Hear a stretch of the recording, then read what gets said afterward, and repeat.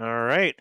And qualifying just pretty much at an end here. And I'm actually a bit surprised, guys, that David Weisrod, he has not put down a qualifying time. And I was interested in seeing what he would do when he got out on the track because he was actually third in the practice. He was the only one to split the top four. And I'm kind of surprised that he actually got that in qualifying. Maybe he just wants to have some fun working through the field. If fun is plowing, then I guess that's fun for him. Uh, Same with James Scully as well. He did not put down a qualifying time as well. So both those guys can be going from the back to the front, trying to make up as much ground as they can before this one's all said and done. Okay, I think I'm back now, and I don't know what that was. I had a little panic moment there. I looked over, and my OBS window had basically frozen. So I hope I'm still in the server. I think I am. Yeah, it looks like I am. So that's good. We didn't get dropped out. It looked like it might have just been an OBS freeze or something. But either way, we're ready to rip here. We got a warm-up period. But before we get into this here, guys, we do have a couple people to thank. And, of course, as always, fans, be sure to subscribe to the Area iRacing Twitch channel. For only $5 a month, you can watch all Area broadcasts commercial-free. You can also use new Area iRacing emotes in the chat. You'll also earn double channel points as a subscriber that you can use to redeem for free merchandise. All right, so warm-up is on track, and I safely see cars on the racetrack, so that disaster reverted. Don't know what happened, but we're back underway, it looks like. The script didn't say that either. It did not call for that. It didn't call for that. Is it a full moon outside tonight or something, guys? Because I can't see it, certainly. I was going to say it would be very ironic if you did drop because you just upgraded your internet not too long ago. That was the thing, is my output was showing 0 upload on the OBS window, but it wasn't red or anything. It didn't show I dropped frames. It just stopped like OBS froze. So weird issue I've never experienced before, but there's always a first time for everything. Okay, wow. So we got a moment to catch our breath here, and we're going to give ourselves a couple of minutes to catch back up. So going back over the Championship 4 and the drivers that we mentioned, Jake Nichols, Ricky Springer, Ryan Hartz, Michael Curhan. Statistically speaking, Eric and Hunter, let's start with you, Eric. Of the drivers to watch, we know Jake Nichols is in a good spot. He's won 8 races, but is he maybe the favorite at this racetrack, or is Ryan Hartz coming off of some highs off of Richmond, or maybe Michael Curhan on the concrete? Statistically, what are we looking at in terms of the top 4? If we're considering just the top 4, Kyle, I mean, Jake Nichols has been the talk of the town all year. Like, the man has put up one of the most incredible seasons we've ever seen, probably the best season we've ever seen in area from start to finish, minus the blemish at Auto Club, which happened literally one turn away from the checkered flag where he was leading. It's been a historic season for him, but I don't know. This is the tough one because Ryan Hartz has absolutely put the pressure on. He went out and won Richmond. Straight up beat Jake Nichols, was just better that day and played the strategy better. Now he goes out and sets himself on pole, Kyle. I mean, Hunter, Ryan Hartz has everything he needs to do so far. He's done. Can he execute in the race is the main thing. I think he can, but I just don't know if he can out-execute Jake Nichols. Well, looking at it in the Twitch chat, it seems like he is the favorite to win tonight's race. And our Twitch chat poll question is, who will be the Area Cup Series champion? We have 3 drivers who could make it new. We have one that could go back-to-back and claim the second one, so you can use !bet. And Hartz, Springer, Kern, or Nichols is just their last name, wager as little as 100 channel points up to 100,000. And we have a lot of people betting on Ryan Hartz, myself included. Jacob Bell as well. Someone else is betting. Alan Owens actually said that Jake Nichols will win, and he put 9,100 channel points on the 91 car. And I decided to follow Jake and put 3,300 points on as well for the 3 of Ryan Hartz. So we could put all 3s for Ryan Hartz, but in the chat, it seems like Ryan Hartz is the favorite, although some people still think Nichols has a shot at the championship as well. What about track surface, guys? We're looking at a concrete racetrack. It's going to take rubber down, especially on the bottom of the racetrack where it's really, really abrasive. Eric, how does that change the strategy for people in terms of the tire wear? We've seen that vary so much in the next-gen car over the course of the season. So what are we expecting in terms of different lines, if anything? Because we know this is not a progressive banked racetrack, so is that bottom where the rubber is going to be the spot to be?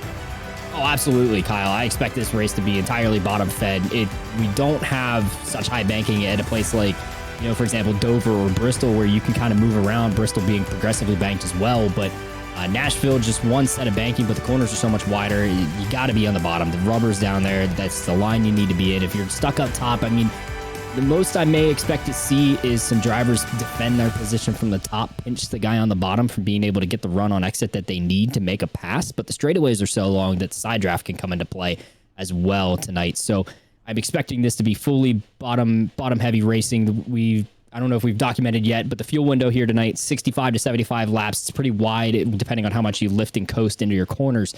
Kyle, tires, I mean, we got a second of fall off after 20 laps, but it plateaus pretty quick. So I don't expect tires to be as big of an issue, except for just the undercut when you need to make the stop. But it's pretty much a one stop here tonight. Yeah, I think the strategy is going to massively be affected by when or if the caution flag falls, and that will probably change the outcome of this race. I think it's fair to say, Finian, but as we approach this, 130 laps is a pretty short race as far as things go. So we also could see a lot of desperation by those front four to get out front and lead this race and control the pace, because if you fall into the pack, you don't have a lot of time to work your way back forward. This is not one of those multi-run races where you're going to have all the time in the world to make up for a mistake. You've got to be aggressive from the get-go. Yeah, that's the big thing too, right? Because going to the format of whoever finishes, we're using the format of whoever finishes higher is going to take home this championship. So it's not a matter of try to minimize the amount of positions you lose. Trying to make sure you get the good points there. That's all out the window. You need, like you said, you need to be aggressive. You need to keep yourself in front, especially ahead of those other three, as long and as much as possible. So I think we're going to see a lot of these guys, if they haven't been aggressive all season long, they're definitely going to have to start being aggressive now. And time for our starting grid now. Fans, be sure to visit Roasted Gems Coffee for some of the finest coffee from all over the world. Use discount code AREAIRACING for 10% off your order at roastedgems.com. All right, it's time to roll through our starting lineup, Finian, and this is a 25-car field. Of course, the front four, though. The front two rows are our championship four, the first two of which, Ryan Hart's the number 3, coming fresh off his win at Richmond last week, and Ricky Springer, who's had a lot of momentum, trying to keep it rolling tonight. Yeah, the other two guys in the championship fight. Jake Nichols, obviously the man to, honestly one of the guys to beat tonight. 91, 8 wins of the season. Can he make it number 9 and take home a championship? We'll see. Michael Curran next to him in the 24 in 4th place. And not in the playoffs, but in the race. Connor Okrezik in the number 14 will line up in 5th. Douglas Newbigging in 6th in the number 71. Moving on back, Greg Mitchell is going to be in the 2 car in 7th place. Garrett Grant in the number 5 is going to be next to him in 8th place. In 9th place, row 5, it's Tyler Nichols in the 41. Rafe Slate in the number 8 starts 10th. Dominic DeLeo is going to be rolling off in the 22 car in 11th, with Travis Beckner next to him in the 12th and 28 car in 12th place. 13th place, it's Chris Rabel in the number 29. And Dwayne Culberson in the 81 starts 14th. Back in 15th is going to be Ed Robertson in the 64 car, and next to him in the 21 is going to be Delonte Ballard in 16th. 17th place is Jacob Bell in the number 77. Andrew Player starts 18th in the number 13 car. Back in 19th is going to be Gabriel Ellison in the 27 car, and Jordan Martin's going to be in the 11, rounding out your top 20. 21st place is Mark Patterson in the 51. Bryce Senesac starts 22nd in the 09. Back in 23rd is going to be James Scully in the 7 car, with David Weishart next to him in the 33. And the last driver to roll off the grid will be Jonathan Cogswell in the number 26. Cars are rolling onto the racetrack and headed into turns 1 and 2. And time for our picks of this race. Who's going to win the race? Who's going to win the championship? Finian, you're up first. Oh boy, I was expecting to go first. Honestly, I've been liking the 18 of Ricky Springer. He's been on such a hot streak lately. I think he's going to get win number 4 here tonight and take home that championship. Hunter Sleppy, who you got? Both of them. Ryan Hart's to win the race and championship. Eric Wineland, who you got? Man, these guys left me the best pick at the table, Kyle. I'm taking Jake Nichols. He's going to win the race. He's going to win the championship tonight. It'll be his 2nd championship here in area. I'm going to take the 18 to win both. Ricky Springer gets it done. I think he carries the momentum into the season finale. It's time to go racing, though. The pace cars to make the hard left turn onto pit lane. Round 17, the season finale on the 5th anniversary of SimTV. It's a special night for them. It's a special night for us. It's a special night for those at home. Thanks for being with us here. 5 years of SimTV and the Area Cup Series finale. Green flag, we're racing at Nashville.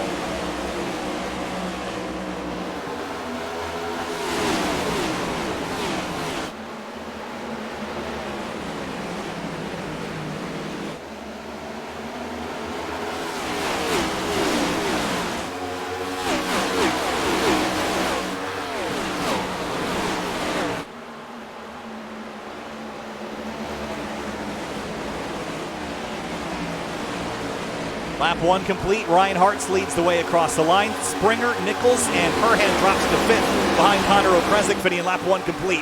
129 to go.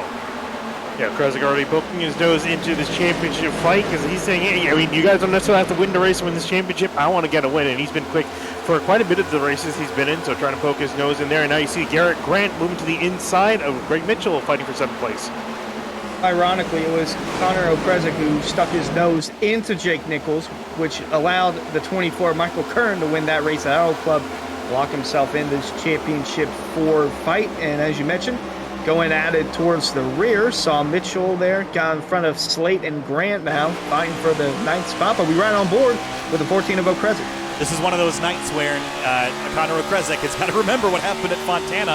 You can get away with it there because it didn't impact Nichols' ability to win the championship tonight. If you make that same mistake, if you take out a driver in the championship 4, it's going to reflect on you not only for tonight, but for seasons in the future. So it's a big night tonight for those championship 4, and it's best not to meddle in their business. But Finian, they signed up for a race. They're allowed to be out there. They're allowed to race you. They just can't wreck you. Yeah, and that's really what the race admin said to the drivers before we went going. Said, don't do something stupid and ruin someone's championship. But other than that, it's a race out there and you still have a chance. And not to mention, there's the race within the race. So 2 of the championship 4 drivers, those being Ricky Springer and Michael Kern, they are both rookies in the Area Cup Series, meaning they are eligible for the Rick's Hot Sauce Rookie of the Year $100 prize. So whoever finishes the highest out of those 2 will take home $100. Oh, and there's bump in there with Garrett Grant and Dom DeLeo. Just as we were talking about that, they had a little checkup there going into the corner. Started with Greg Mitchell on back, but saw it there with those 2. They were going at it for the win of the season to go, and they're already trading paint here in the early stages.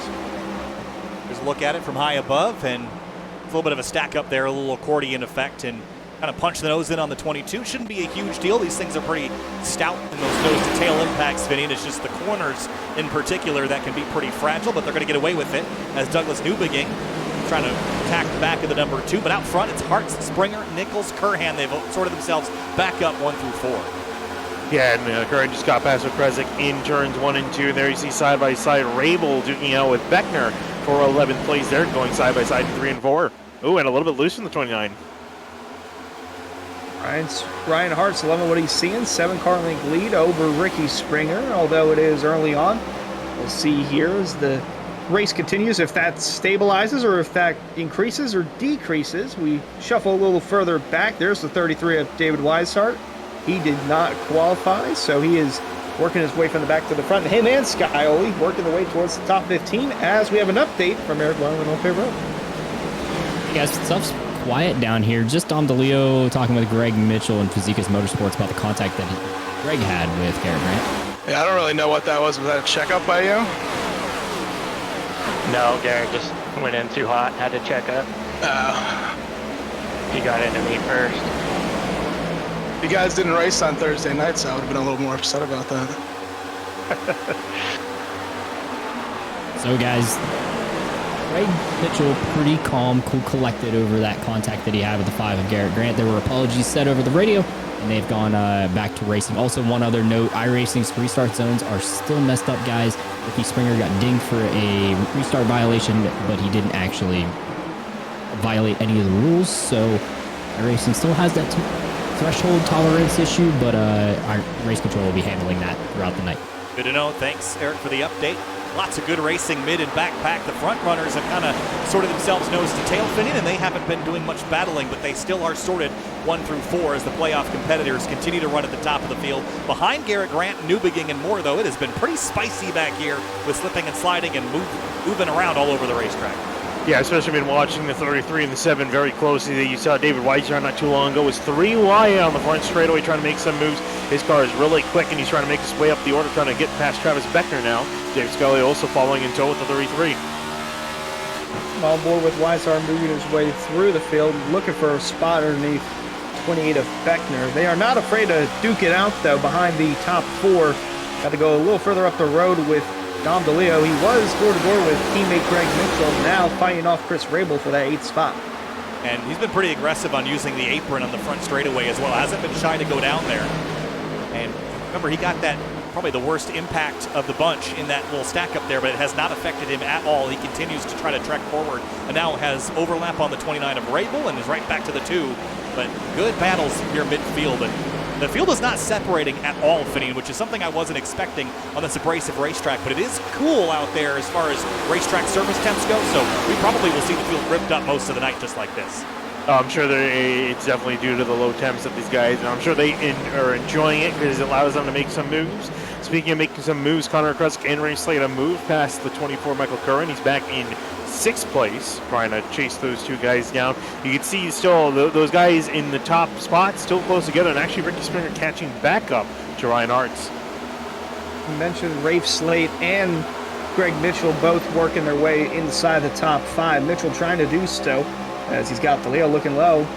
We have a points reward, well, not a points reward, but it's a reward from Virtual Racing School that the highest driver in points that didn't make the postseason, 13th in the standings, will win a 1-year subscription, competitive subscription to VRS, including access to telemetry, custom subs, and more. So that is also on the line in the midst of this Championship 4 hunt, and Greg Mitchell entered tonight 9 points ahead of Slate for 13th in the standings. Slate entered 14th, so those two looking to dual battle, as well as Tyler Nichols. Don't count him out in the fight just yet. Keep our eye on that battle all night long. Got enough to keep our eyes on the racetrack, that's for sure. Here comes the 2 of Mitchell trying to hang on to the spot because Rabel and the 22 have gone the long way around. And tell you what, there's a significant stack up happening behind the 14, but it's not too much further behind the leaders. It is so close here at the front of the field, and that 26 car, Jonathan Cogswell was, I think he was sideways, but I could have just been seeing things. Let's have a quick look. Heading, let's see, out of turn 4. Does he get a little bit loose? Catch the wall. He caught the wall. Bounced off it. That's what I saw. But nothing more than that. I've seen a few other drivers get a little flirty with the wall. Jacob Bell had kissed the wall a little bit off of turn 4 one time. I think you could start to potentially see these guys once the tires start to wear out. You talked about an abrasive track surface. Start to see more and more guys get closer and closer to that wall. Well, speaking of flirty, Weishaupt has been flirting with that top 10, just now entered it, passing the 2 of Mitchell. He and Rabel on the outside, trying to navigate their way closer towards the top 5. Michael Curran's fallen back a couple of spots. Now he's under attack from Rabel, as we have an update on pit road from Eric Weiland. Hey guys, I've been watching David Weishaupt the last 5 laps, and he's starting to make this outside work a little bit for him, and he and teammate James Scioli were doing so. Here's radio from them to start off. Sorry, I didn't want to be underneath you.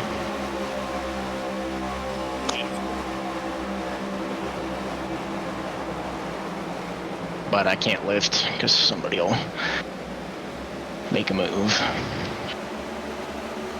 So they're discussing where they want to be on the racetrack, and then these guys just flown by Garrett Grant about 3 to 4 laps ago. Guys, Garrett Grant is sliding backward. Here's the radio from David and James discussing such. It's okay, I'm in the better spot anyway. Apparently are. I just drove it in right on his door. I mean, why is he that slow? I mean, He's saving. yeah, but It never works, but he's doing it. So they're documenting that Garrett Grant is definitely saving his stuff, guys. He slid back 8 spots from where he started. He started 8th. He's down to 16th now.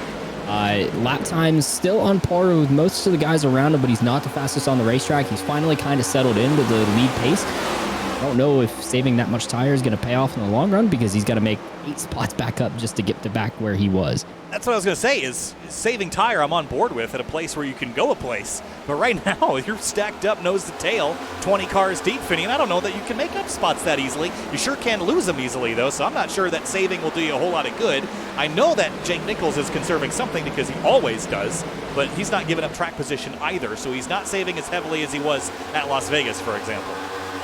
Yeah, that's a really big thing when it comes down to saving tire. The trade-off of, do you save a lot of tire to go faster later, or do you try to save just enough just to hold your position like what we're seeing with the 91 of Nichols, or just go all out? And I think at the moment it just seems better just kind of just run your pace, save a little bit, but obviously, but not lose a whole lot of spots. He's put himself a bit in a hole. We'll see. Maybe there's something he knows that we don't know that'll come along later in the stint, but at the moment looks to be a bit of a loss for him. But for the lead, Ricky Springer's been catching closer and closer to Ryan Hart. Hasn't quite been able to make that pass, but he's knocking on the door. Not only is he knocking on the door, but Jake Nichols is also knocking on the door because he's got Okrezik all over his bumper. He's actually looking low to the inside of Nichols as they head down the backstretch. Okrezik looking for that podium spot. And back to the Garrick Rant debacle. He saved tires in the Season 2 race and was able to put himself in a position to win that race at the very end. And also in a position, Greg Mitchell just saw there trying to keep his car out in front of the 29 of Chris Rabel as they fan out down the front stretch in the turn. There's so much going on right now. There's lots of people jockeying for position, and you never know what's going to go volatile first. You see Curhan out of line again, and he's not off to a great start in terms of overall pace, but he's clinging to it right now, and as long as he doesn't drop outside of the top 10, I think you're in a pretty good spot. We have seen a lot of green flag racing so far, Phineas, so maybe that's a concern, is that without some cautions and some chaos, maybe Curhan doesn't have the outright speed to stay up with those other three. No, definitely not. At the moment, obviously being the worst of the worst of the championship four. I mean, even though he's running in 7th, he's may have to resort to getting a little creative when it comes to the strategy, considering we're going green for such a long time. So I think come green flag pit stops, maybe an undercut, maybe an overcut, or maybe just has to get lucky with the cautions.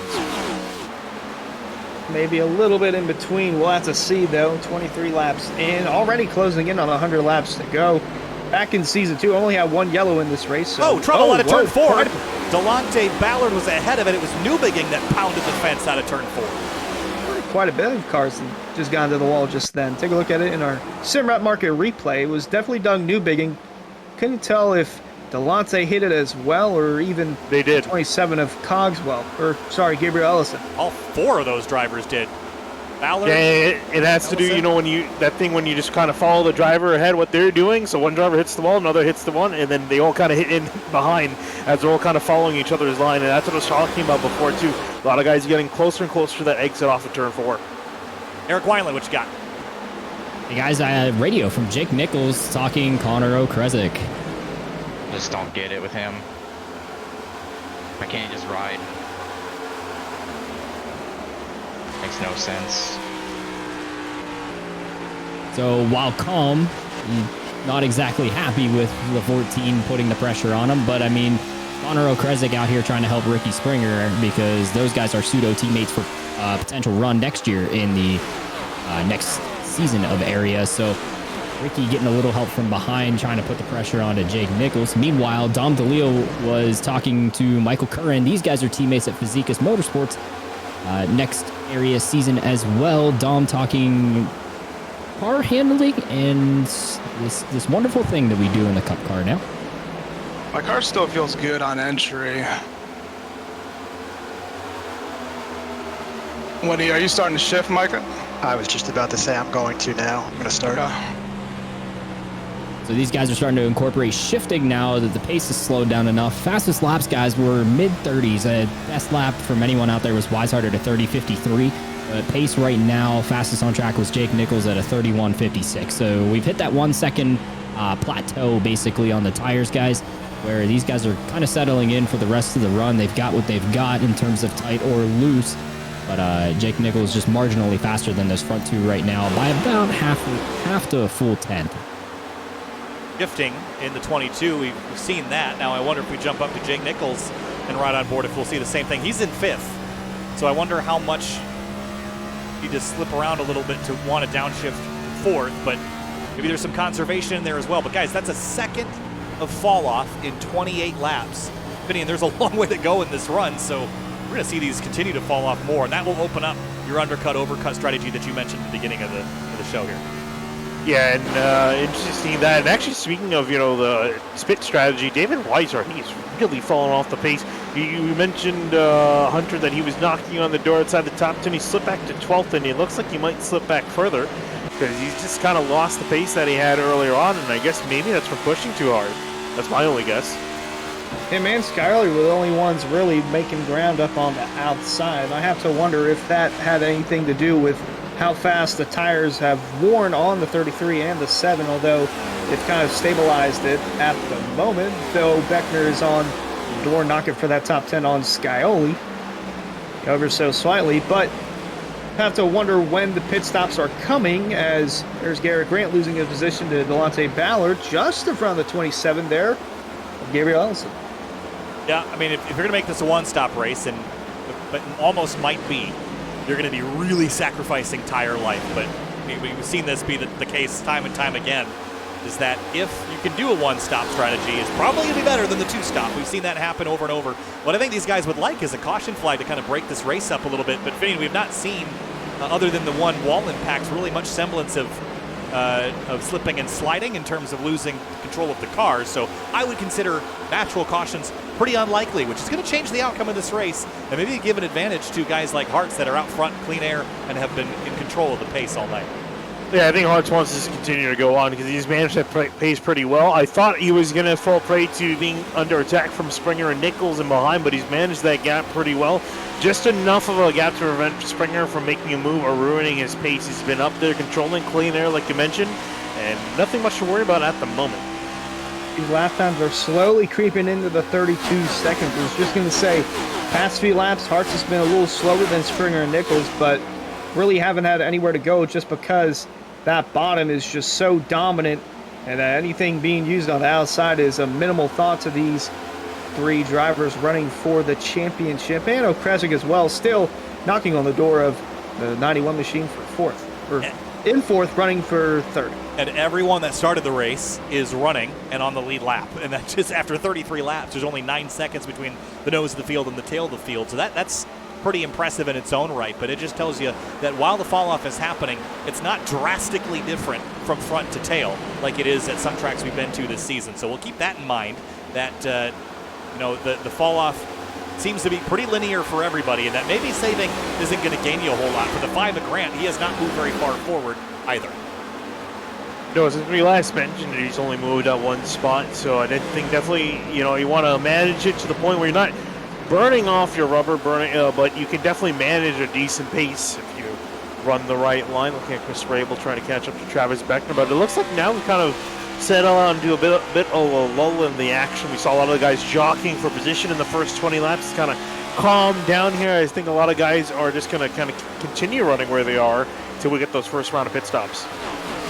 Yeah, I mentioned it. The pit stops looking at around 65 to 75 laps on a tank of fuel, so definitely one stop in it is a possibility, although I don't see anyone coming in pitting early for tires. Looks like an AI race almost with how line specific the field is right now. Everybody's on the bottom of the racetrack, which doesn't bode well for the long run and being able to pass. And I think track position is going to be pretty important tonight, even though we've got a lot of fall off.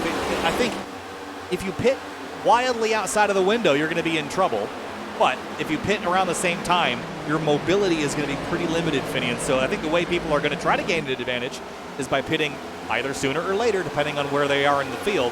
And this is going to open up a whole mess of strategy later in this race. And that's really going to be the big thing, especially for the leaders, especially Ryan Hartz. Do you want to pit before the guys behind you? Or do you want to pit after the guys behind you and have fresher tires? I mean, with the way it's looking right now, considering how hard it is to pass at the moment, especially later on the road, I would say you're better off trying to pit early, give yourself some better track position. As you see now, Jake Nichols talking about making moves, trying to look to the outside of Ricky Springer. Did you say it's hard to pass? 91's like, it's not that hard. I can make a move if I wanted to. Tuck's back in line, though.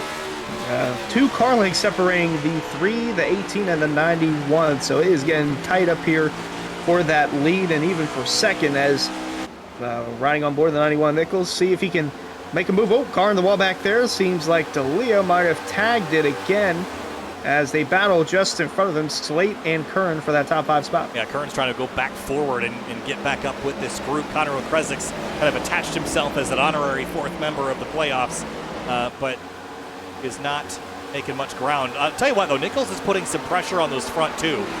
And it's more pressure than I've seen as he's looking to the outside. I don't think he'd make the pass up there, Finian, but he's certainly looking. And I think Springer knows that he's a little bit off right now compared to the 91. And by proxy, the 3, just ahead of the 18, is also off the 91. I think that 91's quicker, but how is he going to get around him? That's a big question. I think he is just trying to offset himself, make some lunges here and there just to throw the 18 off. Maybe, just kind of keep that 18 guessing in his rearview mirror, maybe make a mistake. 91 got a really good run off of turn 2. Here he's going to look to the inside in turn 3. Ooh, a bit of a slip up, though, on the inside. Springer trying to run on the top, keep that spot for himself. 91, though, looking low, and that's the best news that Hartz can see. He's now will have a little bit of time to regroup and refocus as the two continue to battle in the turn one. You just can't hang on the outside. Springer will have to give that up, and because he was in that lane, probably going to overheat those right side tires a little bit too. No rubber on the outside. Good run out of turn two, though. He might bounce back. Here he comes to the inside. He's going to fight for this here at lap 40, but he doesn't have overlap to go for it. No, I think he's going to try to play this smart, though. He actually got a really surprisingly good run out of turn two there, but wasn't quite able to capitalize. So going to have to hang around in the coattails of the 91 at the moment as the top three remain the same. Michael Curran trying to cash back up, and he's trying to make some forward progress back to the front three. See some side-by-side action. Greg Mitchell, Ray Slate digging it up for sixth. That pass for Nichols up to second puts him at least one car length in between, or one car in between him and Opresic, so he doesn't have to worry about the 14 anymore. As mentioned, they are continuing to duke it out in the top 10 for position. Rafe Slate, Dom DeLeo, James Carley, and now Travis Beckner entering the fray for the top 10, trying to move up, and that's another time that we've seen the 22 just tag the wall coming out of 4.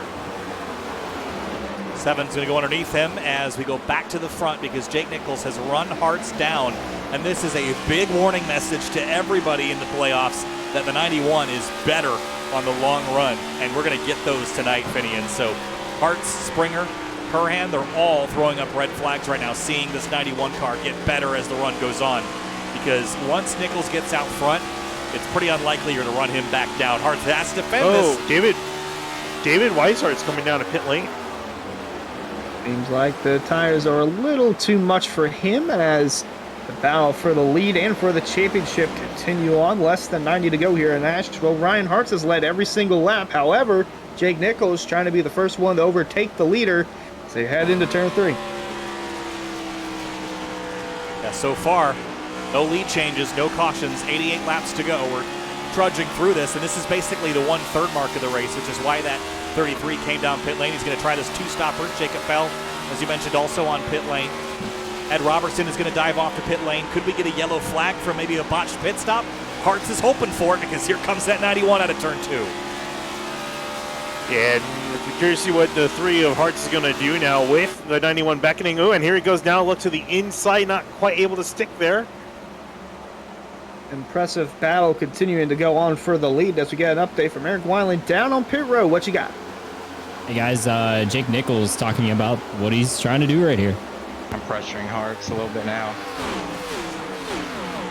Forcing him to mirror drive. Jake Nichols is all about trying to get Ryan Hartz to make a mistake here. Makes it for an easier pass than having to try to work the way he did to get by Rookie Springer. He was elated to get by that one. I unfortunately couldn't record that audio. Technical difficulties on my side. Also technical difficulties. I was listening to Weishart Racing Group when they decided to have David Weishart pit. David's going to try a two-stop strategy here. That's what he's hoping for. Gentlemen, I just don't think there's enough fall-off to warrant this. We are a second and a half off of our pace, 45 laps into the run. Fall-off, like I said, kind of plateaued out. I don't know that we're going to get too much more as Jake Nichols looks to the inside of Ryan Hartz. Kyle, I just don't know. I don't see this playing out for David Weishart. We'll see. I kind of agree with you there. I think you're going to have to just commit to the single stopper as Jake Nichols noses ahead and takes the lead. Springer got in the wall out of turn 4 the last time around, and Hartz had to bail out of the throttle. He almost got into it trying to keep the 91 behind him. But Jake Nichols, 8 wins on the season, previous champion, back to the lead here at Nashville.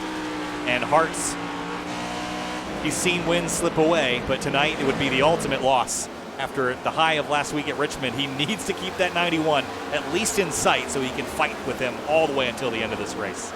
Yeah, we'll see, because this is the first time we're seeing Hartz in traffic this entire race. Obviously, it's only one car, but dirty air can affect you quite a bit, especially if you've not been used to running in it the entirety of the race. So we'll see how the 3 is able to go back. Can he even potentially get that spot back from the 91? I'm not sure. The better the 91 gets is on the longer run, and seems like as soon as he gets in front or gets into the lead, when it's on this longer run, almost at 50 laps on this run, it seems like that's cut and dry that he's going to pull away with it. However, things can change. We look a little further back now. The top 10 spot getting close again between Slate, Skyly, Beckner, had Rabel on the bumper. And now he's trying to close back in, riding on board the 28. Down the front straightaway and into turn 1, Travis Beckner, 12th up to 10th. He'll be fighting for a championship later this week in a couple different series, but tonight is not in contention for the championship. Here he comes to the inside of Scioli. Ooh, they're almost going to touch. That was very dicey. Yeah, I think thought he had enough room to slip in behind. It wasn't quite the case, so barely avoiding contact. James Scully still trying to hang on inside of the top 10. And remember, he and Weiser were the ones that made their way up. And actually, speaking of Weiser, he's ripping around the track at the moment. 30.4 for him compared to the leaders running almost 32-second flat. So that's the lap time difference between guys still out there on track versus the guys that just came into pit. And I agree with Eric, what he said earlier. I don't quite think the lap time difference is there, but it's kind of interesting to see that two-tire call play out. We'll see how that works here the longer the run goes, as the 2 of Mitchell on the bumper of Okrezik. That's for the 5th position. They're still duking it out for that spot, and plenty more around the track as we head back down to pit road with Eric Wyland. Hey guys, radio from Jake Nichols and Solar Flare Racing. Give it up. 05. 04. 02 making a pass to the lead.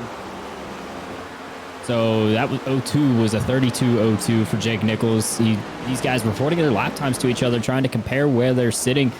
Currently, Jake Nichols, your leader out in the clean air. Generally, the best lap times on the track right now, save for David Weishart, who just made a stop, as well as Jacob Bell, Eb Robertson, and Bryce Senesang. But the Solar Flare guys, to give you guys an update there, Jake out front running the best times of them. But Delonte Ballard, Dwayne Culberson, 12th, 13th, and then Tyler Nichols, 15th. The rest of those guys are battling for it here. And Hunter, you documented a couple of these guys. Delonte Ballard, Dwayne Culberson, Tyler Nichols, all 3 of those are in that battle for the highest finisher in points that did not qualify for the playoffs, that can get themselves a year's subscription to VRS for the Cup Series cars. Indeed, they're fighting for that. And so is Greg Mitchell and Rafe Slate, who are the top 2 entries for that highest in points heading into tonight. As mentioned it, the 2 is currently highest of those, but see what the points say after this one's said and done. It's been a fairly solid race for Greg Mitchell. He's stayed inside the top 10 for the most part. He's been flirting with that top 5 as close as he's been so far. Ooh. Springer just get the wall out at 4, or is that just really close? Might have been really close to see. Losing a spot to Curhan now. Simrap market replay here coming out at turn 4. And, oh yeah. That was a decent hit, in fact. And as you mentioned, side by side now with the 24 Kern, trying to take the opportunity. Kern's been in behind all 3 of the other Championship 4 competitors. He's going to throw it into turn 3, see if he can clear the 18, and he will. So These 2. Springer, sorry, Hunter, if he knocked in that right front corner. Looks okay, Hunter, but drops the spot. Yeah, looks can be deceiving. Might be some damage underneath that 18, but these 2 are both fighting for the Rick's Hot Sauce Rookie of the Year battle, as well as fighting for a championship. The winner of that Rookie of the Year battle gets $100, courtesy of Rick's Hot Sauce. And boys, we still have a little more than halfway to go, but $100 sounds pretty good. I could buy you a really good steak. It sure could. I'll tell you, the best steak I ever had was in Las Vegas. It was $90. And $100 gets you a good steak for sure. What, $25 steak's pretty good, but $100 steak, even better. Jake Nichols is growing that lead, Finian, and I mentioned the warning signs earlier of him running people down mid run. Well, he has just sprinted away. And this is not all that different than Las Vegas last season around, where he just went out there and destroyed everybody. They cannot let him run away with this, but they're going to need a yellow flag or some clever strategy to get back in front. Yeah, I was going to say, if I'm Reinhardt, he's got to really look and see what he can do to change the situation, because that 91 is just driving away from him at the moment. And, well, he might have the chance to do something here because the pit window is about to open in under 10 laps time. And, again, for the 3, I think at this point, he has to be the first one to hit pit lane. And with that, you don't want to make a mistake on pit road, speeding in, speeding out, or even sliding over your pit box, or in some cases sliding too soon before your pit box, where you stop right before getting into it. Gotta think about that if you're the Championship 4 drivers. For our halfway break, we'll take a quick moment fans, be sure to check out simwrapmarket.com for custom iRacing paint scheme templates that are simple to use and help you stay more focused on the racetrack. Welcome to the Area Cup Series season finale. Kyle Heyer, Hunter Sleppy, Vinny DeCuna, and Eric Wineland bring into the action. We are 58 laps in to a 130-lap finale here at Nashville Super Speedway, and Dom DeLeo hits pit lane, or tries to. He got there, but it was very, very close. Pit stop's about to be underway here for the first time. The 91 leads the way. The 3 led the first half of this stint, but it's getting dramatic. Eric Wineland on pit lane, what you got? Hey guys, I'm watching Dom DeLeo come at me here. I got radio for you from Ryan Hartz. I'm sick as a dog. I don't want to talk. So while my presence is usually welcome in most team chats, Ryan Hart's obviously not feeling the greatest either, but stoic as ever, as he always is in the race. He's currently sitting second, lapping teammate Jacob Bell right there in front of him. Dom DeLeo, 4 tires and fuel down and away in front of me, clean for the 22. He'll rejoin the race behind David Weishart with a 17-lap difference between the tires, between the two of them. I fully expect Dom to catch and pass the 33 at some point throughout this run. Thanks, Eric. And so I wonder when that, well, as I say that, here comes Rafe Slade onto pit lane, so the floodgates have opened for the pit stop. And Eric, just so I understand, we're good to the end from here, correct? So, you know, Kyle, I was polling like 4 different teams prior to the start of the race, and I heard as little as 60 laps on a tank of gas, and I heard as many as 75. So with that range, that's where I got the estimate about 65 to 75. It depended on how much these guys saved, but I'd say pretty safe Here they that come. you can make Whoa, it from here. 14 trying to go to pit lane, bailed, and is trying to come back, and he's going to miss it. Oh, man. If I was him, I would have just bailed out of that and just went around another circuit, because now he's trying to work his way through the grass because he can't enter past that yellow cone. And there's the help he had from Greg Mitchell. I got to wonder, though, was there miscommunication coming down the pit lane? Did he not call it out, or did the two not listen? They are discussing that here in the in-sim radio chat. It sounds like Greg may have missed it, but someone may have walked over Connor. I'm not quite sure. Ryan Hart's in front of me, guys, and Ricky Springer. Right side's up. Now the left side's for both of these drivers. Ryan down and away clean ahead of Ricky. He's going to have a huge gap over Ricky Springer by the time they get going. James Scioli, Chris Rabel also making their pit stops. Here comes Jordan Martin as well onto pit lane in front of me. He'll roll to his pit stall. Someone just missed pit road back there as well. That was Douglas Newbigging in the 71, guys. Thank you. And the 71 is now on pit lane, but by how much? Yeah, about the same. It's a frustrating feeling, but we didn't really talk about pit lane entry. This is not one of the tracks that I would have considered to be extremely challenging, like places like Dover, but you're still pulling off of a racetrack, and there's not much of a safe way to get off the banking. You kind of have to break on the line, which is what we saw happen with the 2 and the 14. So you're kind of stopping on the racetrack, and if you don't stop on the racetrack, you're on the apron, and then you're slipping and sliding around trying to get it under, like, woed down. It's not easy at all, as Nichols continues to lap. So, update from pit road. Connor Okrezek pulled the plug. He was not happy with himself or with Greg Mitchell. Either one with the pit entry debacle there, but Douglas Newbigging is going to drop out due to upload packet loss as well. I'm not sure. He's been one that had some issues potentially with crashing PC, because I ran the NIS 500 with him on Sunday night, guys. And Douglas at one point said, "Oh my goodness, I tried to get out of the car and I think the sim froze." It came back to him, but connection dropped due to upload packet loss for the 71 as he was sitting in his pit stall. So we're losing him 3 wide with Ricky Springer on these fresh tires trying to get back going toward the front. I'll have another couple coming to me here in a few moments, guys. Well, Ricky Springer and Ryan Hartz are in a tough spot because that 91 was ahead of them before, and now he's going to have a tire advantage when he pits, Finian. So at this stage, you can make it to the end from here. It's halfway through this time by. So how do you beat Jake Nichols now? I mean, just kind of hope for the best, and maybe hope for a caution. I think that's really going to be the main thing to kind of do, to just reset and catch some people out. The thing, though, is that until Jake Nichols pits, I don't think he won't be hampered by a caution coming out mid-cycle. I'm just kind of surprised that he didn't pit just to cover off the 3 Reinhardts. So, because this is putting him in the scenario where when he does pit, he's going to be in behind and has to chase on the 3. we kind of expect he will be able to, but why take that risk? Here he comes. Coming to me now, Finian. He just called it on the radio, guys, that he is coming to pit road. It's a nice, smooth pit entry there for the 91. Look clean from my end of pit road. I'll have him down here in the box in just about 30 seconds. Ooh, Delonte Ballard almost spun out coming to pit lane. Yeah, it's a tricky pit entry, and like it's caught out a couple of people tonight, but the leader on pit lane.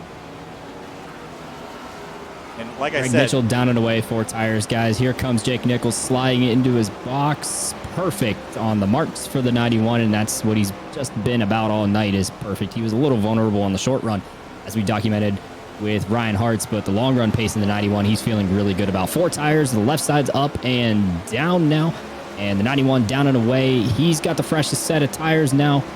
He will be 10 laps better than Ricky Springer and 7 laps better than Ryan Hartz, guys. Thanks, Eric, and I think that's going to pay off for him a lot more later in this race. We'll see, but you're right, Finian. He could get trapped behind those other drivers if we were to get a caution between now and when it all fully cycles around to the 91 being out front. The thing is, we've been caution-free. We've had a couple boops and bangs and things, but we have not really even been that close to having a caution flag. So that leaves some doubt in my mind of whether or not this is going to get a caution. And in that case, if this goes green to the end, that 91 is sitting way better off than everybody else. Yeah, Michael Curran, the last of the championship competitors to make his pit stop, has finally come in off the onto the track back in 15. A couple seconds behind Nichols, so he's going to have the freshest tires out of all of them. But didn't have the pace. No. Maybe. Maybe. Who knows? It might actually be a full moon tonight, so anything goes. Yeah, I think Curran was okay early on, but then kind of dropped back, and then he's just kind of been mired just outside of the top 5, which is kind of where he's been most of the season, and that's fine. Got him here, but it's not going to win you the championship necessarily unless the other 3 drivers have some misfortune. You need to be on top of your game and be better than everybody else, and those 2 things can sometimes be mutually exclusive. Mark Patterson hits pit lane. Andrew Player is left. David Weishart will cycle to lead the race, but for how long? That's a great question. I mean, so that strategy 2 call doesn't seem to be too terrible. I'm curious to see where he'll end up. Andrew Player coming to pit lane now, so that will cycle the lead to David Weishart. And I think for the lead, I think he'll hang on to it for a bit, obviously, until the 3 in company catch up. And obviously, Weishart's going to have to make his next pit stop pretty soon as well. Oh, quite a bit of ground that these guys have to make up. Eric Weiland down on pit road with more updates. Yeah, so I don't know that we have this on a graphic at all from SimTV. That's something that we're probably looking at next year, Kyle. But looking at pit lane traversal times, Ryan Hartz, the best of anyone out here on the racetrack, 41.3 seconds down pit road compared to 41.9 for Springer or Nichols. Herhan also 41.6 down pit road, but the pit stop time is really made up by Michael Curran at a 14.9, as well as Ryan Hartz. Springer and Nichols longer for 15.1 and 15.5. So 3 was the best on and off pit road. It gave him the biggest gap there of about 4 seconds by my calculations over the previous leader, the 91. It's just a matter of whether that 6 to 7 lap tire difference is going to pay off. Kyle, Finian, Hunter, I have faith that Ryan Hartz can execute this. I just don't know that he can outpace Jake Nichols on the long run like we saw in the first stint. We'll see. It's not a full moon tonight, guys. I just checked. It is exactly the opposite. It is a new moon tonight. So no light at all in the sky this evening. So no werewolves or anything of the sort, but it still could bring in some chaos here towards the end. 7 and 8 battling pretty hard here down the straightaways. They got together pretty close. And again, we're just waiting for things to cycle, but this race is not that far removed from being over. Under half an hour of racing remaining. Quick look at our race recap here, guys. 56 laps to go. 4 leaders, 5 lead changes, but primarily it's been the 3 and the 91. Yeah, it's pretty much been the story between those 2 for most of this race. At the moment, they are a bit separated, but again, the question is for how long? How long will it take Nichols and the 91 to catch back up, and will he be able to catch back up? But once a caution were to come on and, jumble things up, obviously, chance of that at the moment, fairly low to none. But there is always still that chance. We did have that 1 caution in the race last year. He's further back than I would have thought, Hunter. It's 10.3 seconds from Nichols up to Weishart. And it's about, let's see here, about 5 or so up to Ryan Hart's. It's further back than I thought he was, but let's see how it sorts out. It's going to be a waiting game. It's around 4.8 seconds separating the 3 and the 91. And a big pass there you just saw from Ryan Hart's. Got around that group of Slade Skyley and DeLeo. So now he's got clean racetrack in front of him, less than 5 seconds away from race leader David Weissart. Best thing that could have happened to him, because Jake Nichols, he's still having to go through just little battles of his own, and then he's got to catch up with this group right here. So big payoff there for the 3 again around those guys, and now he can just focus on running this race. Onto the back straightaway here, lap 77. David Weissart's 4 seconds clear of Ryan Hart's, hoping and praying that someone will find enough reason to turn their car around and cause a caution flag, but we have been clean and green so far. And the way that this is shaking out, it's going to be more of a strategic battle than a physical one. Here's Beckner by Ellison for 13th place. Nichols just got by Robertson for 8th. That got a little dicey there between Ellison and Beckner. Yeah, they're still duking it out pretty close into turn 1. It looks like Beckner is going to win out on that battle for 13th. Just get ahead of the 27 car, and now and still that battle is brewing in behind Ryan Hart's race slate. James Scully, Ricky Springer all close together, and the 18 too. He's still in this fight. You're saying it's a battle between the 3 and the 91, but 18's not too far behind the 3. Still a threat. Checking in on lap times, lap 78 at 31.4 for Ryan Hart and 31.0 for Jake Nichols. So Nichols starting to put in a little bit of faster pace into his lap times. However, still a long way to go. Coming near 50 to go as we're riding on board Ricky Springer. He's still trying to chase for a championship. Currently second in the standings right now. That 3 car just a couple spots away. And remember how his season went. We documented it earlier in the show. First at Atlanta after opening the season with an 8th at Daytona, a 37th, an 8th, and a 37th. Then a 32nd. Then he got his win. And then he didn't finish top 10, not even barely top 15, until he won again at Talladega. And then he won again at Indianapolis at a 6th and a 2nd and a 12th for the rest of his playoff rounds. So he has been in the right position at the right time. Here he comes. Could this be another one of those right place, right times tonight, Finian? 50 to go. Yeah, and a great move. Got a great run off of race slate off of turn 4. Is going to move himself up into 3rd in behind Ryan Hart's the man he needs to beat. So these two up here battling with themselves. Jake Nichols still has to catch back up to them. He's sitting just about 3 seconds in behind these guys at the moment as they all close in on David Weissart in the lead. Yeah, that gap has closed down pretty quick, and Springer's really closed in on the 3 of Hart's, and about to see a change for the lead here as Weissart will lead this lap. Don't think he'll lead the next one. He's actually going to pull up all the way on the outside and let the 3 go. So new leader in Ryan Hart's. Springer going to go around as well. So here comes Slayton Schuyler. So Ryan Hart's takes the lead over. Right now, if the race were to end, he is your champion. But the race isn't over yet. And Ricky Springer wants a sniff here too. But again, I think they're still fighting that 91 and the 24. Herhan, by the way, lapping slightly quicker than Nichols last time by. And they are nose to tail. So there could be an interesting discussion to be had here. What if the tire wear was significant enough that pitting after would win you the race no matter what your pace was before? Eric on pit lane, what's your update? Hey guys, I got the Championship 4 update for you right here. Listen in to first Ricky Springer radio. I know I need to get them now. If I don't get them now, then I'll have no chance on old tires. Just don't burn your stuff up.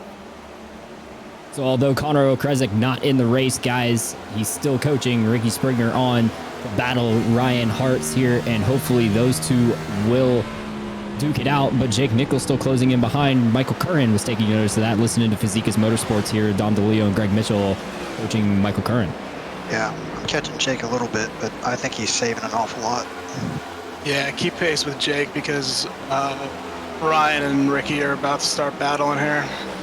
10-4. Thank you. Yeah, just keep in touch. So the 24 still marching forward, seeing if he can keep pace with the 91 right now. But the guy who feels he's in the catbird seat is that 91. Here's Solar Flare Racing Radio, guys. And you can see him in the background. Driving harder because you got people trained behind him. We're even still. I'm not really doing anything. Curran's catching me, so he's pushing harder. Perfect scenario right now. So Jake feels he's in the best position, and as you document here, Kyle, he is closing in. You notice I only had 3 radios there. Ryan Hartz and Jacob Bell Racing just dead silent for about 3 minutes. I was there, not a single word out of those guys. Yeah, and that 91's closing, and it's scary to say that he's in the perfect scenario, or at least for him to say that, Finian. I don't know that. That's like cueing the Jaws music, and then the shark's just like licking his lips because he's coming, and he's coming quick. Yeah, it is a terrifying thing because for Ryan Hartz, you would have to hope Nichols is a little bit concerned, but Nichols has zero concern. He knows that everything's going to plan for the 91 camp. That is a terrifying thought. At the moment, doesn't look like it's going its way, but give it some time. We still have quite a bit of racing left. Still over 40 laps to go. Indeed, and Hart's continuing to lead. 6 car lengths separating him and Springer, but gap closing between Nichols and Hart's at 2.2 seconds. Although he does have to get around Slate Skyley and especially Springer, and Ricky's not going to make that easy for the 91 because, I mentioned for it, he's going after it for the championship. And another update from Eric Weiland down in the pits. I just want to give you guys the update that the 2-stop strategy guys have now all made their stops. Ed Robertson being the last to make that stop right now. David Weishart made it 4 laps ago, as well as Bryce Senesac and Jacob Bell just passed me on pit road about a lap ago as well. 4 tires and fuel all for these guys as well. They're good to the end of the race. David Weishart comes out as the lucky dog. He's the first car 1 lap down. Just don't think he can make up 32 second lap time to get back around to the lead, guys. I just don't think that strategy play is going to pan out for 33. Valiant effort. I mean, I like the idea. I mean, you got nothing to lose by trying it. Got a team car in the fight. You're just going to give it a go. I think this race is not long enough. The tire fall off is not significant enough for that to pan out. But he could get a lucky dog and be in a good spot, but then everyone else would pit and he would be in a bad spot. So not really sure how it wins for him. But I can tell you what, our top 3 in the playoffs are about to converge here. And Skyly's about to be the meat and the sandwich of this battle. Lap 90 of 130, coming to 40 to go next time by Finian, down to about 20 minutes worth of racing. Yeah, it's coming down to the wire fairly quickly. Ryan Hartz, Ricky Springer, your top 2, with Jake Nichols now into 4th and closing in quickly, just over a second in behind. Not to mention, James Skyley is also in the middle of this, so while he's sandwiched between guys fighting it out for the championship, he's just going for race wins, and kind of a tricky situation if you are the 7, although 91 Nichols is catching. Kind of like Kyle Busch and Mark Truex Jr. battling for the championship at Homestead, and then you got Larson there in 3rd, not willing to risk anything for the guys going at it for the championship, but just kind of sitting there in the 3rd spot. I think Ricky Springer is feeling some additional pressure, though, seeing that 91 close. And you heard him earlier, I need to get by this 3. Well, he got to him, dropped back, and now he's trying to bring the fight back to him, but I don't know that he's got the gas left in him, especially with that 91 coming. There's still so much racing left. It's not a lot of time. It's a lot of laps and a lot of tire wear that they're going to have to contend with. And once that 91 gets by, if this goes green to the end, it's lights out. That 91, as he mentioned, he put himself in this perfect scenario by the distance of that overcut. I almost wonder if these guys had done per hand strategy and pit after the 91, if they'd have a bit more of a leg up. But right now, they're on defense big time.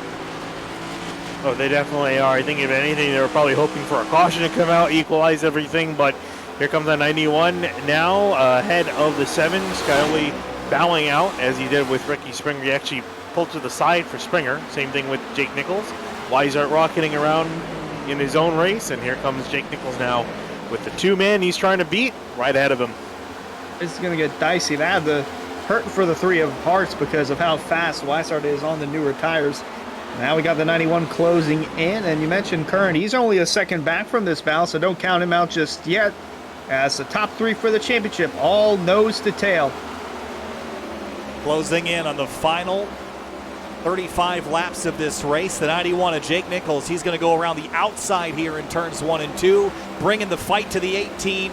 Ricky Springer tries the defense, but he can't do it. Here comes Jake Nichols to the inside, side by side down the back straightaway, and Nichols is going to lop 1 off the list and set his sights on the 3 of Ryan Hartz up next. The 18 powers around the outside, though, Finian, trying to hang on. I was going to say, he's not giving up. He's definitely not going to give up. How can you at this point? He's going to try to rock around, gets a great run out of the corner. trying to drive alongside the 91, see if he can fight back.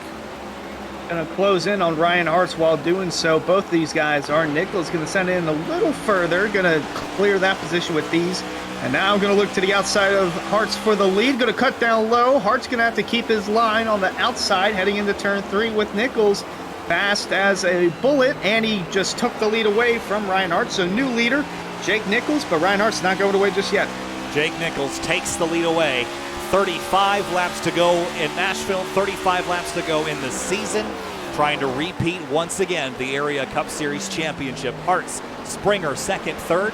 Curhan bringing up the rear here in 5th of this 4-car battle for the championship. Last time by was running basically times the same as Nichols, but doesn't have the track position either. And now begins the ticking time bomb of when that checkered flag comes out. Need a caution now for everyone else.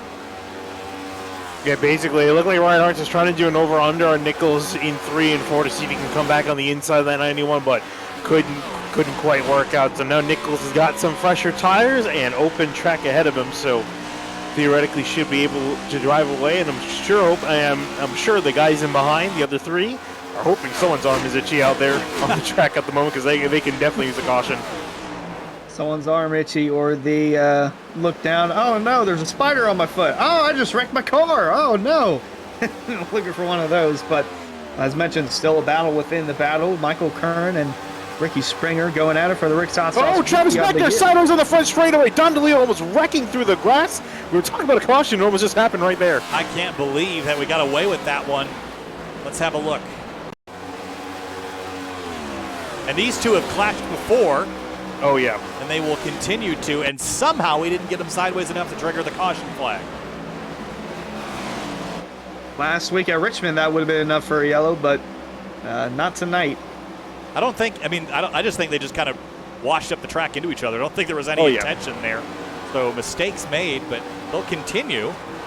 Both drivers will. And we stay green.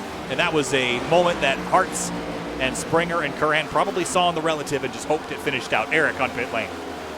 Guys, that was a pucker factor moment right there for the 28 and the 8. The 8 just ended up bouncing off the wall right down into Travis, and it just didn't work out for him. And they have a spot to Delonte Ballard, who's now up to 10th after he just complained that Gabriel Ellison hit the wall in front of him and cost him a spot originally.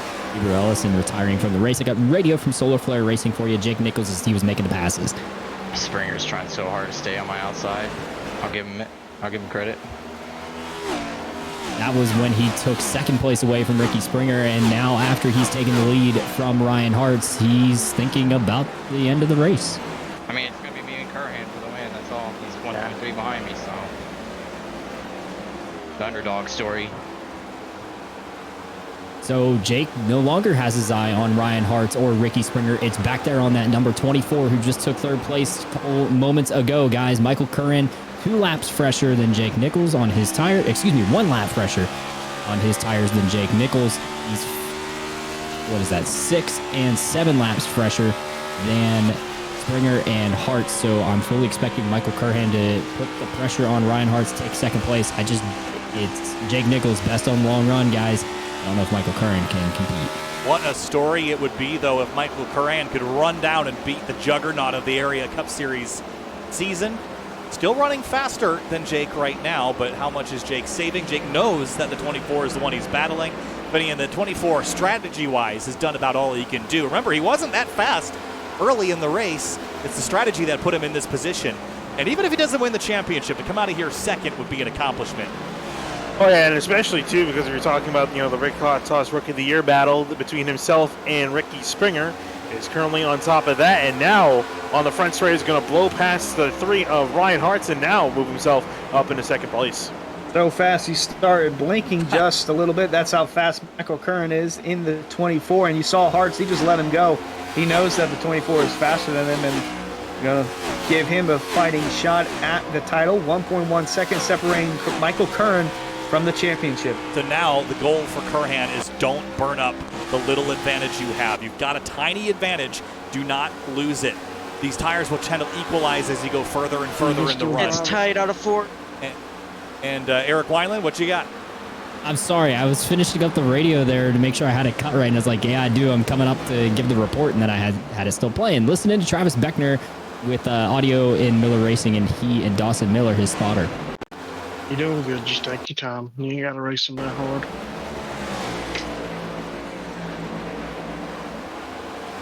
Yeah, it's still crab walking. I mean, it's not going to get better till we pit, but there's no sense in pitting. You can still drive. It's tight out of 4 as well. So you guys are watching, you just saw the replay of what gave Travis this damage that has him crab walking, but he just had the best battle on the racetrack, maybe all night. He was side by side with Delonte Ballard in the 21 for like the last 5 to 6 laps. 28 now starting to pull away from the 21 after he finished the 21 down enough to burn his stuff up. Michael Curran has taken second. Kyle, I know you, Fiddy, and Hunter are watching these lap times. We get 25 to go as they cross the line. Can Michael Curran catch him? I just don't know. Jake Nichols was the best on every category lap average in practice, 10 through 25. It's going to be tough for Michael. It's going to be tough. He was chipping away at him before, lost some in the last couple of laps. I don't know. I mean, the one lap advantage he has is almost useless at this stage of the race. It's going to just come down to just pace at the end, but you got to give it to the 91. I still think it's impressive that the 24 has driven his way up into second. He took a car that wasn't driving the way that he wanted and has put it in position, at least position, to win a championship. And he might not do it, but he did the best he could do. Yeah, he definitely did the best what we can do and the hand he was dealt with. Moving up into second place. Again, I think he's got to hope something catastrophic happens to the 91, or again, a caution to come out to kind of get himself back up there. I think the gap's a little too big.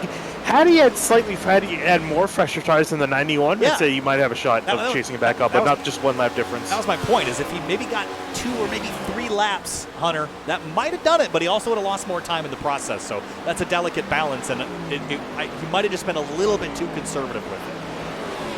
Might have been, but he's doing the best that he can do right now, and blinking doesn't help also. No. He's been doing that the last few laps also, and that's kind of opened the gap between Nichols and Curran. It was down to 1.1, heading up towards 1.5. He's trying to cling on to second at this stage. Just don't lose the spot now that you spent all this time and energy getting here. No one's going to fault you for losing to the 91. No, and I mean, as some may say, it's as boring that the 91 is running away with this thing at the moment. You have to look at his season, and it's kind of easy to see why he is running away with this at the moment. 8 wins, 4 pole positions, 12 top 5s, and 14 top 10s. These leads pretty much every single stat this season so far. There's a reason this 91's leading here with under 30 laps to go. Well, he hasn't won in 2 races. That's the longest losing streak he's had all season, is 2 races. So it's about time for Jake Nichols. And again, the execution of Solar Flare Racing. I mean, you can hear on the radio how calm, cool, and collected he is. He's not panicking. At no moment did he ever get off his own strategy. They stuck to it, and he's calm behind the wheel. He's got a good team supporting him, and that's why he's been so dominant. That's why he's leading this race, Eric. Yeah, I got an interesting note here for you guys. So I did a little bit of math. It wasn't too hard to do, but something that we don't talk about a ton is these guys do go out and run official races. I mean, Jake Nichols used to be an NASCAR Coca-Cola iRacing Series driver. He's still in the Road to Pro ladder, as well as a couple of the other guys in the league. The average iRating between these 4 drivers, does anyone want to take a guess at what it is? I can cheat. I'm not going to. Yeah, I want to cheat too. I'm going to guess it's about 5,000. I was going to go with, you know what, I'll do prices right, 5,001. I was going to go lower than that, but I'll go with 4,700.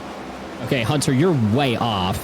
Finian wins due to the prices writing of Kyle, as the average iRating of our championship 4, which are our top 4, and there's no surprise that these guys are the top 4 running at this track, is 5.5 thousand. Holy cow.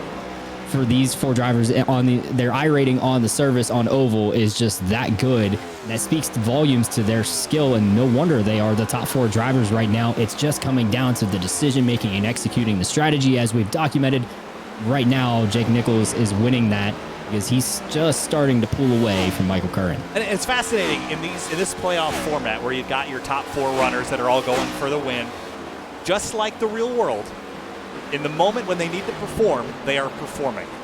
And it's just, you see that in real life. You go, there's no way it would play out like that. You simulate it over and over and over again. And time again, we see that playing out. The top 4 in the championship, the ones that are running for it all, top 4 in the race, Finian. Yeah, and again with Nichols also near the top here and still breaking away further and further. Curran, he is broken away from the 3 of Ryan Hart. I was concerned that Hart is actually going to make a counterattack on the 24, but a little bit of a gap separating those 2 drivers now. Separating indeed. There's the 7 of Skyly, the highest of those.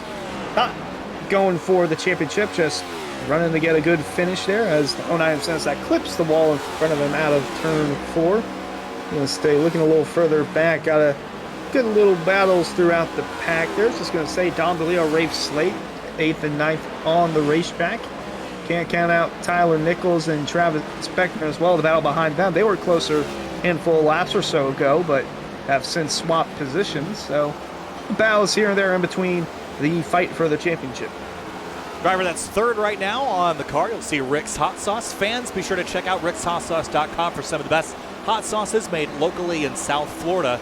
And we're following that Rick's Hot Sauce Rookie of the Year battle, Hunter, as we continue it on. But Michael Curran's doing basically everything he can do out front.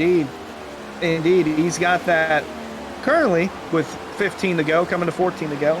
The $100 prize that is up for grabs for the Rookie of the Year. He and Ricky Springer not only going after it for the championship, but for that Rookie of the Year prize money as well. And as mentioned, could buy a really good steak, as Kyle pointed out. Spent $90 on steak in Vegas. I didn't spend it. Gridlife spent it, so it wasn't my money. I was going to say, I was kind of surprised you actually went down and willingly spent $90 on a steak. I would. If I was on a trip for Sim TV, I might do that, but I'm not going to spend any money going on a trip for Sim TV. So, why would I? It's esports. I don't have to go anywhere, right? There you go. Yeah, but for Curry, might not walk out of here the champion, but I mean for a rookie season, 2nd in the points, that's not shabby at all.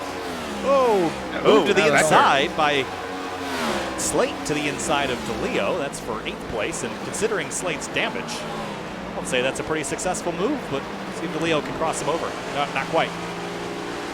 Yeah, I was looking in the background. Travis Beckner took a hefty hit to the wall in turn 4. DeLeo's got damage also from that contact with Beckner, and if there's anyone that would also spend $90 on steak, it would be Dom DeLeo. 11 laps to go next time by Jake Nichols. Out in front by 2.2 seconds. That's about half a second behind that from Curhan to Hartz. Then 1.5 from Hartz to Ricky Springer. And closest battle on the racetrack remains the one that we were just watching, but now Tyler Nichols is creeping into the party here in the Solar Flare Racing 41. And looking to see if he can catch and pass Dom DeLeo in the 22 machine. 9-lap fresher tires in the 22. You can see how much time a lot of these guys with the fresher tires, how much time they make up on entry to where they mostly make it up. So see if he can get here and break further into the top 10. Can take the position away from DeLeo, so we'll have Nichols brothers for now inside the top 10 with one of those going at it for the championship, leading the way. 10 laps to go from Nashville. 10 laps remain in the Area Cup Series in 2023. Jake Nichols leads the way. Let's jump back to that battle that we were watching with Dom DeLeo and Tyler Nichols. Still other races happening on the racetrack as Nichols looks to take home another title and another win. That would be the 9th of the season, Finian. Yeah, again, such an amazing feat for him. 2.3, 2.4 seconds now, largest we've seen the lead this entire race, and that's kind of impressive in itself too. The fact that we haven't seen the lead, we've barely seen the lead stretch over 2 seconds the entire race. How competitive it's been between those top 4. Curran's keeping it at 2.2, but there's only so much he can do with what the cards have dealt him or what he's dealt himself with. Did stay out another lap to get that advantage on tires, but even then, still all too much for him as Nichols going to come off turn 4 with 8 laps to go in the season. Not trying to jinx it here, guys. But I'm just going to say, after a weekend of watching a whole bunch of Daytona races that ended in chaos, it'll be pretty nice to end one out naturally. We'll see how we'll see how that statement ages this tonight and this week. I remember we had that one caution last year. Yeah, we sure did. And we've seen quite a few races come down to the end. And the funny thing, too, we all know how much Brian Hartz hates the green-white checkers, the caution coming out of the end, how chaotic things will get. I'm sure there was no one else on this track other than maybe Curran or Springer that would love to have a last chance green-white checker to have some sort of shot at that 91. Yeah, it's like Kyle after the Busch. weekend. Oh yeah. I hate restarts unless I benefit from them, and then I love them. Let's say after the weekend we had, when ARCA is the only one that can have a green flag finished, you know there's a problem. And ARCA's rules determine that they must. So, yeah. Jake Nichols comes to 6 laps to go. And at this point, logging laps, has the 24 in the mirror. And again, I don't think we can overstate the job that Michael Curhan has done. Just continues to put on performances in the moments that he needs to. Think back to Fontana, came out of turn 4 not leading. It was a drag race in the line 3 wide in which Curhan won that race and moved on to the playoffs. But Eric Wineland's got some more for us. Hey, I got your final set of radios from the championship 4 before we get ready for this checkered flag. Here's Ryan Hartz. Oh, good title, Jake.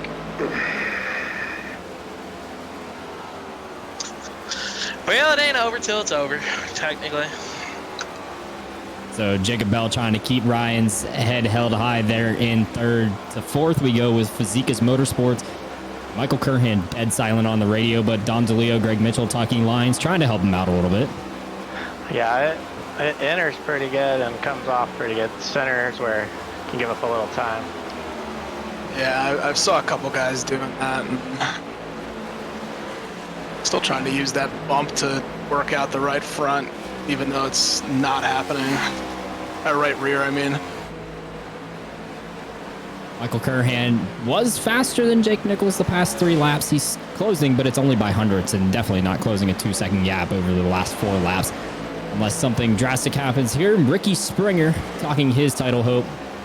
This is not fun, though. I am not having a good time. Nice, short, sweet, to the point. The 18 not having a good time. I'm sure we'll hear more about that when we talk to him post-race here. And we've got Jake Nichols' eyes through the windshield out the front. There's one other group, I think, but mainly lappers, so if they screw around, then just pointless. Everyone should know the situation at hand. So he has driven through most of those lappers, just 3 up the road that you guys can see on your picture through 3 and 4 as they come to 2 to go, Kyle. 2 laps to go. Hartz and Springer, is defending from Skyley here, Hunter. And he's just trying to cling to the P4 at this stage. Trying to get all he can out of it. The 7 not making it easy for him. Don't think he'd want to mess around with the 18, give him a little bump or 2, try and take away the position, but we'll see. They're coming up on the white flag. Jake Nichols in the number 91 for Solar Flare Racing. This season, in the starts that he's had, 16 starts as he picks up the white flag, 8 wins, 4 poles, 12 top 5s, and 14 top 10s. His average starting position, 7th. Self-admits not great at qualifying, but he is great at finishing. Came in calm, cool, and collected about the scenario tonight.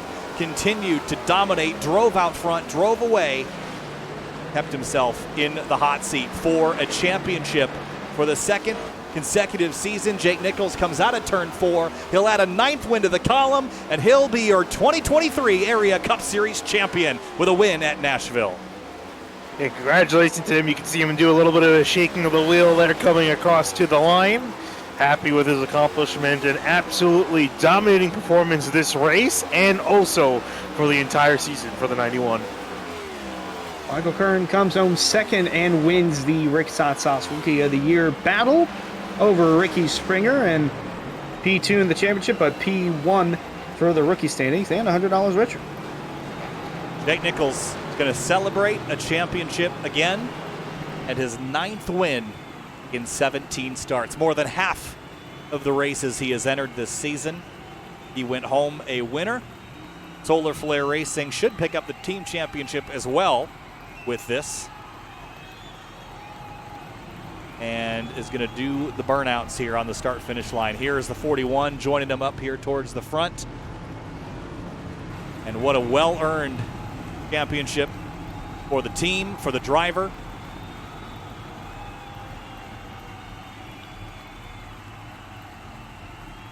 Race after race, didn't matter if it was a road course or a short track, a speedway, put himself in position.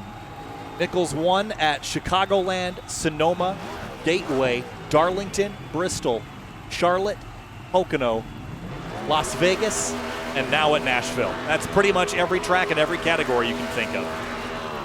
Yeah, it has won over half of the races this season. An absolutely phenomenal job for the 91 of Jake Nichols, burning it down. Very well earned. It's the second consecutive championship in a row. Your champion is Jake Nichols. Second, Kurhan Hartz. Third, Springer. Fourth. As the rest of the team is going to enjoy some celebratory moments as well. Let's have a look at our race results and talk to your top four tonight. Here's a look. Jake Nichols, Kurhan Hartz, Springer. That's your championship four in that order. Skyler, Rabel, Mitchell, Slate, Nichols, and DeLeo wrap up the rest of your top 10, Finian. Yeah, and actually, speaking of Roy Slade, almost some fisticuffs exchange between the 8 of Ray Slate and the 28 of Travis Beckner coming after the line. They almost got into each other. Dom DeLeo coming over the radio. Don't do it. Don't do it, Beckner. Don't do it. A little bit angry at the way things ended up. We saw that almost that one caution coming out. Completely green to the end of this race to go to the next page of drivers. In 11th, we have Travis Beckner just outside the top 10. Ballard, Culberson, Grant, Martin, Weishart coming back to 16th. That two-tire strategy did not quite, two pit stop strategy did not quite work out for him. At the end, Cogswell, Robertson, Sinizek, and Bell running at the top 20. And then there's the rest of the results as Newbigging and Okrezik had issues getting on the pit road, and after that, Newbigging called it, Newbigging had the internet issue. Okrezik called it a night after that. So with those results, let's go back to the moment that Jake Nichols ran out of turn number 4 to win the championship. Let's go back to that final lap and then all the way around to turn number 4. Eric Wineland's got the audio. All right, white flag. Get around. Good shit, Jake. Yeah, that's all. Don't answer your car. Let's go to the front stretch. Yes, sir, baby. Hey, buck me down, buddy. Let's go. Yes, sir. Back to back. Good job. Let's go, boys. That's a sweep. Yeah, I'm around 16. Hopefully nobody notices. Good race there, boys. Clean and green, man. That's good. Of course, they all celebrated as well. Kyle, Solar Flare Racing, also picking up the team championship on a big gap over Jacob Bell Racing. Yeah, big moment for sure for Jake Nichols and the rest of the team. Let's talk to the drivers that didn't make it to the championship moment here. Ricky Springer is the first of those in the number 18, brings it home in 4th place on the racetrack. Short of a championship, but Ricky, your season dotted with a couple of wins, but man, you got hot in the tail end of the season, just couldn't get hot at the right moment tonight. Disappointed or thrilled to have had the opportunity? I'm happy to have the opportunity. You know, this Ghost Energy Toyota Camry really came alive at the end half of the season. You know, it is what it is, I guess, you know. Think back to any moment in the race. The strategy there seemed to be to try to time it so that you had better tires than Jake Nichols, but have enough time to run him down. But you and Hartz pitted before the 91. How much were you keeping an eye on the 91, and how desperate were you to get those tires because of the wear that we were seeing? I mean, really the whole entire race, it was just kind of ride around. I mean, I can't think back to one point of the race where I actually raced anybody. You know, just ride around until, 40 laps into a run, and then maybe you saved enough tires. So, I mean, Jake had the right strategy, and, congratulations to him. He did a great job at saving his stuff and picking the right strategy to have those fresher tires. It sucks when it's the last race and, we didn't get to race for anything. We just kind of rode around.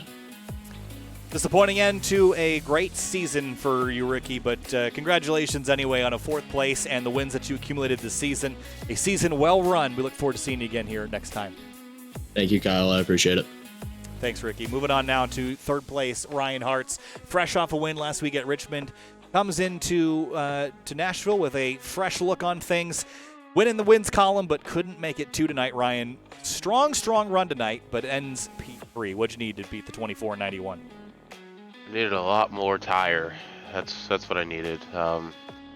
Yeah, I felt like, once I got the pole, it was, we're off to a great start. Led the first 35 or 40, I think, but I just was plowing off of turn 4, and that's really what got me. So I was talking to Ricky Springer and my other teammates, and I had to short pit Jake, and ultimately it didn't work out. So honestly, I thought we were going to be good because I started pulling Ricky a little bit, just a little bit. Then Jake got around him, and he was just smooth sailing from there. I couldn't hold him off. So it was a good season, but unfortunately we didn't have it tonight. I appreciate everybody's support that was pulling for me, and I really want to thank everybody at Jacob Bell Racing for all the support all season. Well, Ryan, I can hear you're under the weather, so thanks for sticking with it and making it through tonight and giving it all you had. Rick's Hot Sauce car got a win last week, P3 in the race and in the championship tonight. We wish you the best. Next season, we'll see you there. Yes, I am under the weather, but I try my best. That's all that matters. And I got another chance tomorrow at it. I'll be in the truck series. I'll be ready for that in the Final Four. So see you guys tomorrow night, and have a good one. We'll see you tomorrow, Ryan. Have a good one. And finally up front, or 2 more drivers. We got Michael Curhan up next, who won at Fontana in a run to the checkered flag, locked himself into Nashville. Showed up tonight, Michael. The first run didn't seem like you had a lot. The strategy, though, opened a whole lot of doors for you, and you were in the position to chase down Jake Nichols and just couldn't quite get there. Take us through your night and that battle with the 91, battle through the field, just to come up 1.5 short. Take us through it.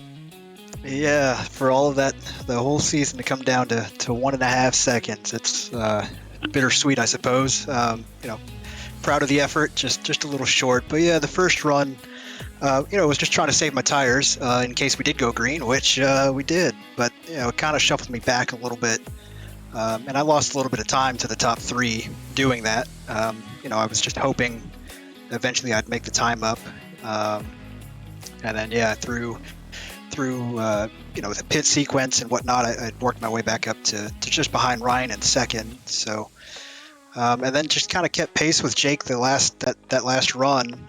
Just could never quite catch him. So I'm sure he was just maintaining a distance. He's just on a whole nother level. But he was giving me hope a little bit. But yep, just a little bit short. Again, proud of the effort. Just a little short. Looking back on the season, though, as a whole, I mean, obviously you got yourself in position, and it was the consistency that really got you in position to win this championship tonight. What learnings have you taken away from the season that maybe you could apply to a subsequent run at this championship? Yeah, I suppose so. It's kind of been the story throughout the season for me, where I kind of let people go early on, and it seems to cost me at the end of the race. So kind of get stuck in traffic and whatnot. So, case in point, this race here. So, just being a little bit, I don't want to say aggressive, but just trying to hold my spot early on and to give me a little bit better shot towards the end. But, all the guys in this series they're awesome to race with. It's just intense to race back in 20th even. So, they're all good. So it's a blast, and looking forward to next year. Moving over to Physicus Motorsports with Dom, Greg, and Cameron. Cannot wait to work with them. They were a huge help for me tonight, giving me pointers and whatnot. So could not have done it without them. So huge shout out to them. But yeah, definitely looking forward to next year running with them. P2 for the 24. Michael Curran, congratulations. Great run tonight. 1 spot short, but the 91 was on fire. I'd say that was a really, really solid result. We'll see you hopefully next season.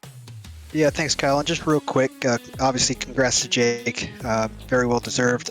But huge shout out to my wife, my family and friends for supporting me through all this couldn't be here without them. So huge shout out to them as well. Thanks, guys. As always, in the booth as well. Thanks, Michael. We'll see you next time. Thanks, guys.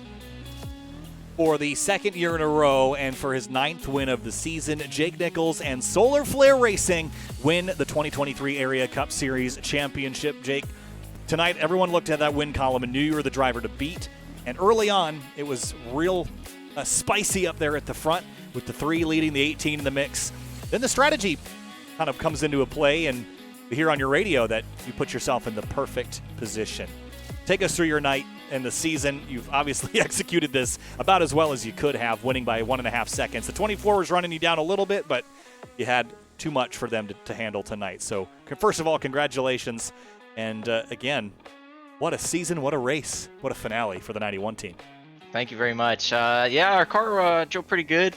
It was very hard to get a run on people early in the race there. That first run, we were just all back to back to back, and with a little dirty air and only really one groove to race, it was pretty sketchy to try to get a run. But finally, the tires kicked in, and I started giving everything they had toward the end of the run there, and got to the lead and put a little gap on. And once I got a 2-second lead, I knew I could pit later and have it in the bag as long as I didn't mess up. And everything worked out pretty good.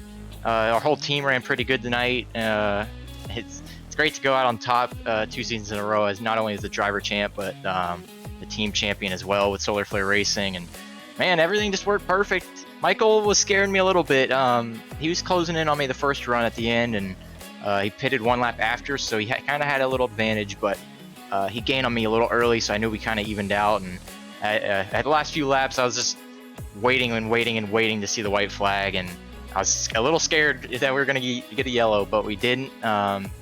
Thankfully for our team and for our car there. But man, it was a good race. It's always great to have clean and green, especially with all the top 4 qualifying top 4 and being pretty much the top 4 most of the race. You love to see that. Track wasn't as competitive as we wanted to be, but either way, we were all up there and we were all fighting hard, and you love to see that for everybody in area. And man, it was a great show. I'm glad we got the win here. Well, you got it again. 2nd championship in a row and your 9th win of the season. What's next, Jake? You've done basically all you could do in the Cup Series. Coming back, doing it again? Go for 3? Yes, sir. That's the plan. We don't know exactly who our team roster is going to be. Probably going to be the majority the same. It could be one driver different, potentially, but we should be back out here and doing just the same, hopefully, and going for a 3-peat for both drivers and team titles. Might see us in a different manufacturer, maybe. A little hint. It could be, not confirmed, but yeah, I'd love to win 10, man. My goal was to win 1 more than I did last season, and I kind of was in a good spot for the playoffs here, so I didn't push too hard. Yeah, Auto Club happened, and we probably coulda, shoulda, woulda that race, but if things happen, I guess it wasn't meant to be to win more than 9 this like last season, but we'll take that either way. I mean, I'll take even just winning a race and winning the title. So our cars ran good most of the season, and the league was strong this season. I mean, not only did the drivers get better overall, there was a lot more of that. It was a lot more contenders, and it was definitely challenging week in and week out. They made it tough. I had to push a lot harder than I felt like I needed to sometimes. Like it was a challenge. Great racing with these guys. I can't wait for more next season, and hopefully we can do more of the same and put on another great season here at Area. Well, Jake, always appreciate how kind you are to us here in the booth and how kind you are to those on the racetrack, racing everybody clean. And the true mark of a champion is getting to the end, and nobody's mad at you for getting there. They just respect what you guys and what the team has done. So congratulations on that. And I guess if you want those 10 wins, you got to come back again and try again next time. So we'll see you around next season. Thank you. Thank you, guys. All right, Jake. Have a good one. Enjoy this one, and we'll see you at Daytona, wherever we kick off season number 2. Sir. I'll see you then. See ya. All right, guys, we're wrapping things up here again. Michael Curhan, Rookie of the Year. Greg Mitchell, Best of the Rest, wins that VRS subscription. Good race tonight. I think we all kind of were expecting the track maybe to be a little bit racier, but the champion is not surprising. I think Curhan surprised me, getting himself up into second there, Finian. But final thoughts on the season for the Cup Series. It was a good one and a competitive one, but I think Nichols is almost an inevitability after the season he had. Yeah, basically. I think some people might find the a little lackluster, a little boring with the outcome of Jake Nichols, being that most people expected that he was going to be the one being champion at the end. But I would almost say it would almost feel weird if there was anyone champion but the 91. With the season he had, it's hard to say, and I think you'll find anyone hard-pressed to say that he didn't deserve this one. Fantastic job to him and his team.